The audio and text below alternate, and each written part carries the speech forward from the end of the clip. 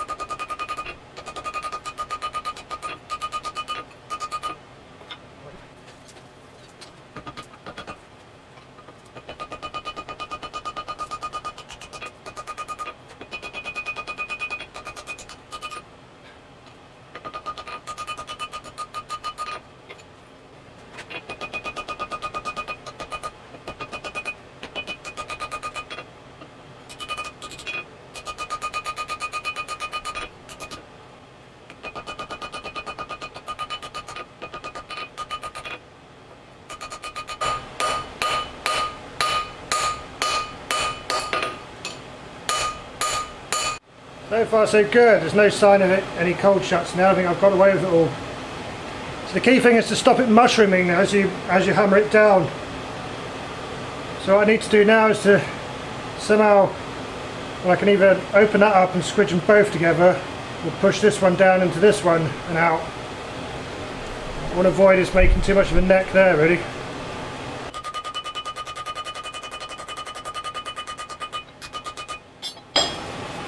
I'm using the ball peen there because what I'm trying to do is force some metal into that V and force some back and thicken out this neck here.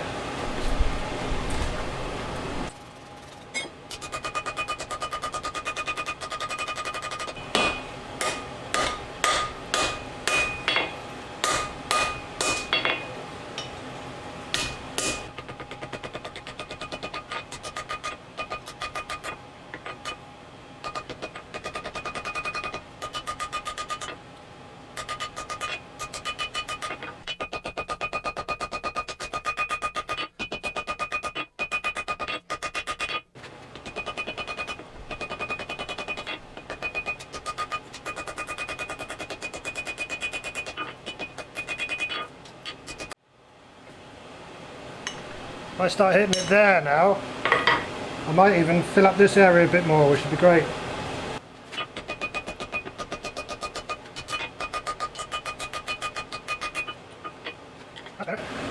Much better.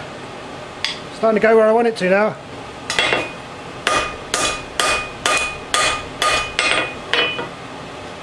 I think we're in with a chance.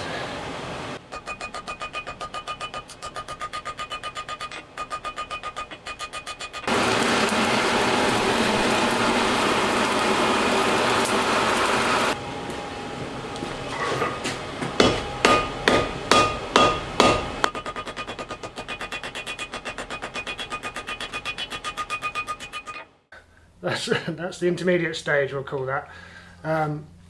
Yeah, I'm not all that enamoured with it. What I didn't see until too late is that it's actually mushroomed right over, which is exactly what I was trying to avoid. So I don't know how that happened, but it has. And you've got a cold shut right there, and on the other side right there as well. And then same sort of thing is on its way to happening here.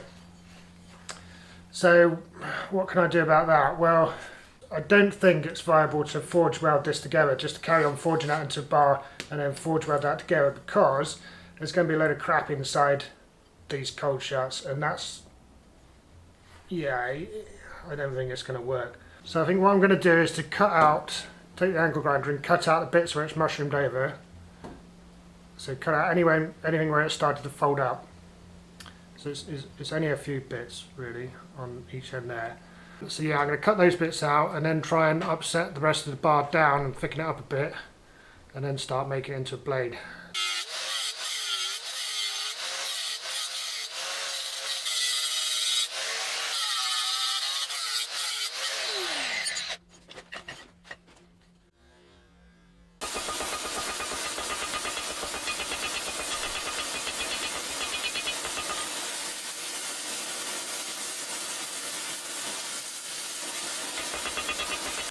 Right, I'll just say at this point, it's probably become obvious.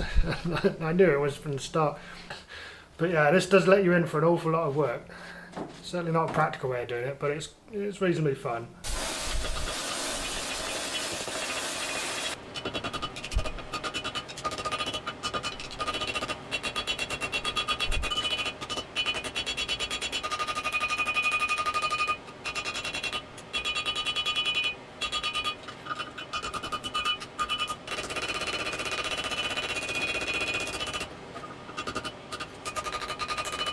What I'd like to do is just make the transition a bit clearer between this end and this end.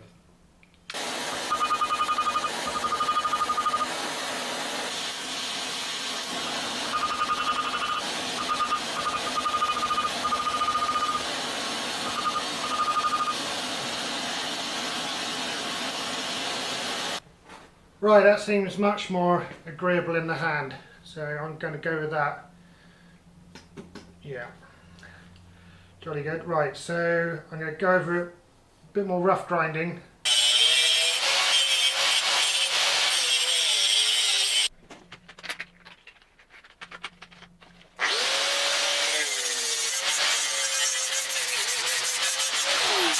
So before I go any further, I'm going to normalise it, and I'm going to use my special pile of bricks, aka the propane forge, and that should relieve all the stresses that I put in by working it.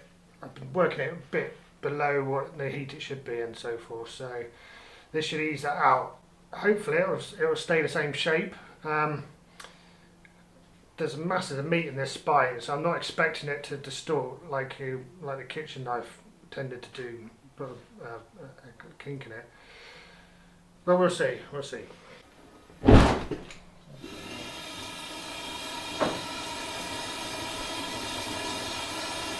That's one way to light it.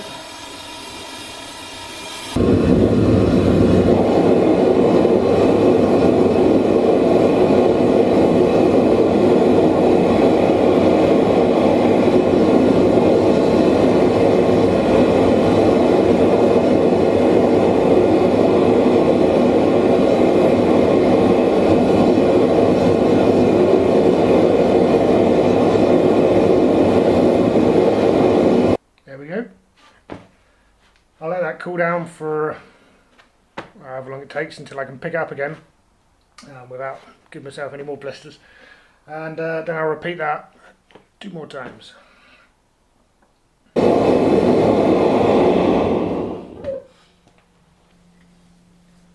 Right, so there we are after 3 goes at normalising.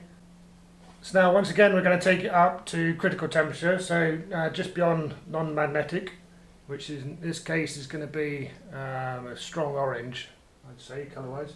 And then I'm going to whip it out of the forge and stick it in here, which is a pot full of olive oil.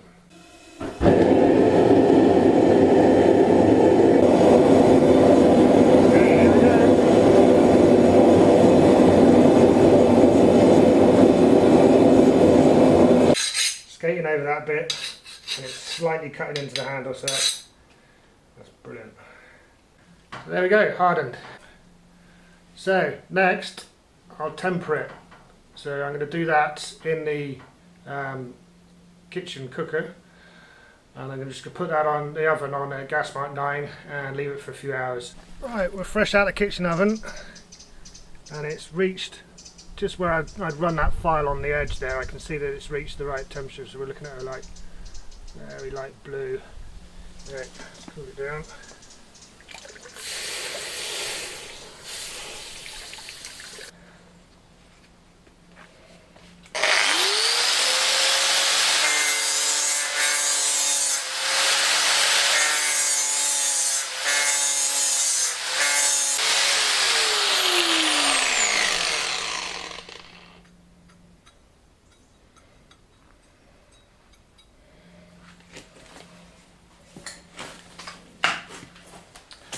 That, I think, is it.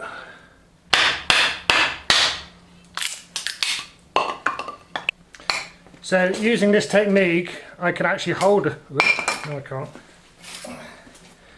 So using this technique I can actually hold a piece of wood and hit it without the danger of actually chopping my hand as you would with an axe, because this will bury in and then I can let go or just keep tapping.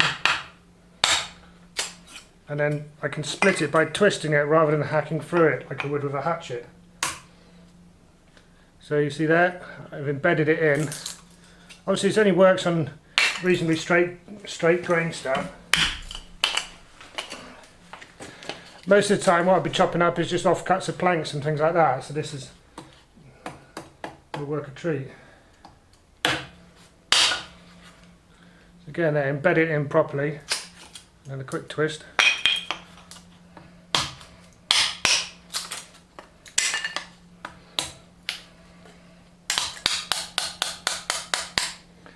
And then I can split them down to as small as I want. Well, I'm going to call that a success. There we go. Another thing made. So that's an old wrench, an old spanner into a kindling chopper. Works a treat. Thanks for watching.